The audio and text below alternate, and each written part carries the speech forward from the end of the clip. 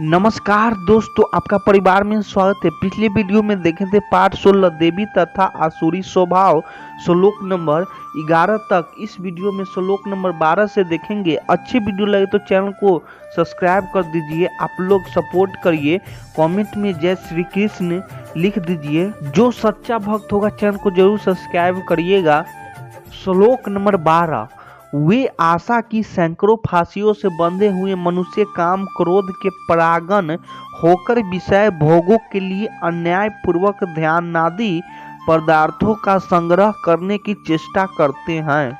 इस श्लोक में उन लोगों की स्थिति का वर्णन किया गया है जो आशा और इच्छाओं के सैकड़ों बंधनों में फंसे हुए हैं।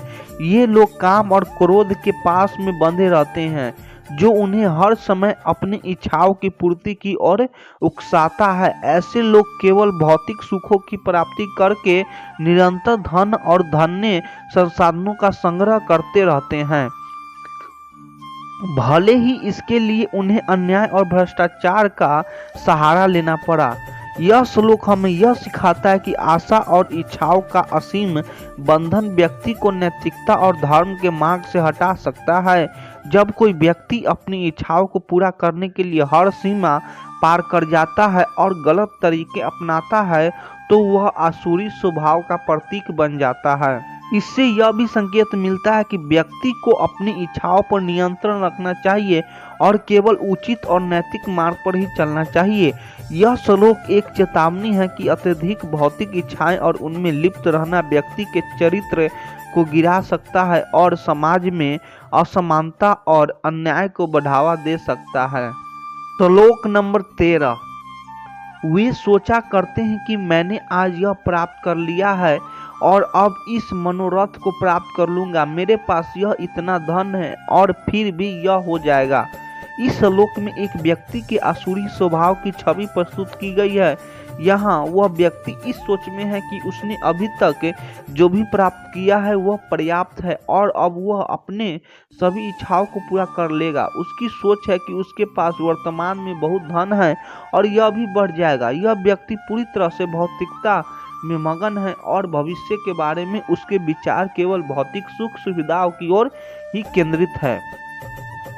इस श्लोक के माध्यम से भगवान श्री कृष्ण ने उन लोगों की मानसिकता की आलोचना की है जो केवल भौतिक संपत्ति की हो सब कुछ मानते हैं और जीवन के उद्देश्य को केवल भौतिक साधनों तक सीमित कर देते हैं। ऐसे लोग यह मानते हैं कि केवल धन और ऐश्वर्य ही जीवन की पूर्णता का प्रमाण है और वे इस बात को भूल जाते हैं कि जीवन का वास्तविक उद्देश्य और संतोष केवल भौतिक संपत्ति से प्राप्त नहीं होता। इसलिए यह श्लोक हमें यह सिखाता है कि केवल भौतिक संपत्ति की ओर ध्यान केंद्रित करना और उसके माध्यम में ही संतोष की खोज करना एक सीमित दृष्टिकोण वास्तविक संतोष और खुशी केवल आध्यात्मिक उन्नति और नैतिक मूल्य के अनुसरण से प्राप्त हो सकती है। श्लोक नंबर 14। वह शत्रु मेरे द्वारा मारा गया और उन 200 शत्रु को भी मैं मार डालूंगा। मैं ईश्वर हूँ, ऐश्वर्य को भोगने वाला हूँ। मैं सब सिद्धियों से युक्त हूँ और बलवान तथा सुखी हूँ। इस श्लोक में आसुरी स्वभाव वाले व्यक्ति की मानसिकता और विचारधारा को दर्शाया गया है। यह व्यक्ति अपने अहंकार और श्रद्धापूर्ण दृष्टिकोण के कारण सभी बुराइयों को अपनाता है। श्लोक में कहे गए शब्दों को विस्तार में समझते हैं। असमो मया हत शत्रु गणमशय। इस पंक्ति में यह व्यक्ति अपने शत्रु को जैसे उसने पहले ही मार डाला है बारे में कह रहा है कि वह अन्य शत्रु को भी मार डालेगा। यहाँ पर मया हत का मतलब है मेरे द्वारा मारा गया और अहिंसक च का मतलब है मैं मार दूंगा। यहाँ पर व्यक्ति अहंकार को प्रकट कर रहा है। यह खुद ईश्वर के समान मानता है और वह सोचता है कि वह हर प्रकार की भोग विलासिता का अधिकार रखता है। इस पंक्ति में व्यक्ति अपने सिद्धियों बल और सुख को दर्शाते हुए कहता है कि वह सभी सिद्धियों से परिपूर्ण है, बलवान है और सुखी है। इसका अर्थ यह है कि वह अपनी शक्ति और संसाधनों के बल आत्मा संतुष्ट और अहंकारी है।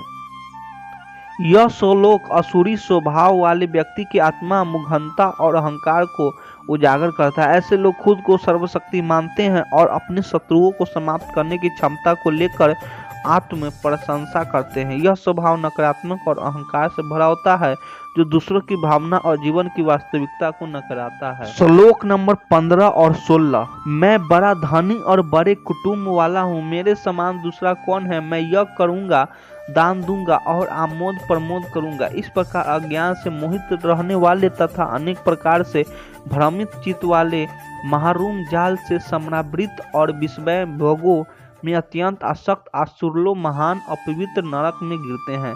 इस श्लोक में एक व्यक्ति का स्वभाव और उनकी सोच को दर्शाया गया है। यह व्यक्ति अपने धन, परिवार और प्रतिष्ठा पर गर्व करता है। उसे लगता है कि उसके समान कोई और नहीं है। उसकी यह सोच उसके अज्ञान और भ्रमित को परिणाम है। वह यज्ञ और दान करने की बात करता है, लेकिन इसके पीछे उसकी वास्तविक भावना यथार्थ में उसका यज्ञ और दान केवल दिखावा है, क्योंकि उसका मन और हृदय केवल अपनी भौतिक संपत्ति और भोग विलाम से ही डूबा हुआ है। इस श्लोक में उन लोगों की स्थिति का वर्णन किया गया है जो भौतिक सुख साधनों और इच्छाओं में पूरी तरह से लिप्त होता है।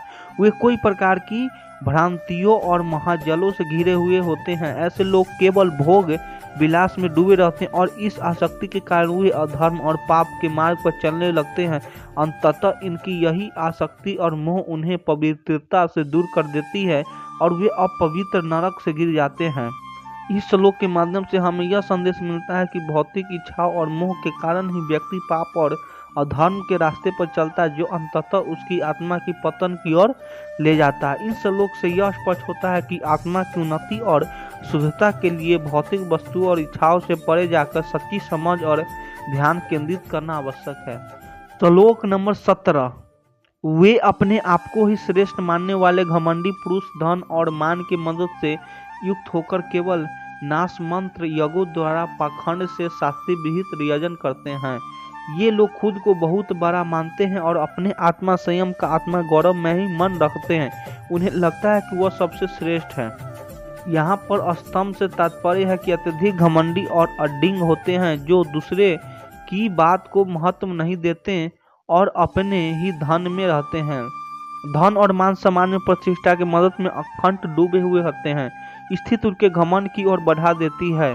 ये लोग केवल नाम मात्र के यज्ञ कराते हैं। वास्तव में उनके यज्ञ धार्मिक शास्त्रीय विधियों के अनुसार नहीं होते, बल्कि केवल दिखावे के लिए जाते।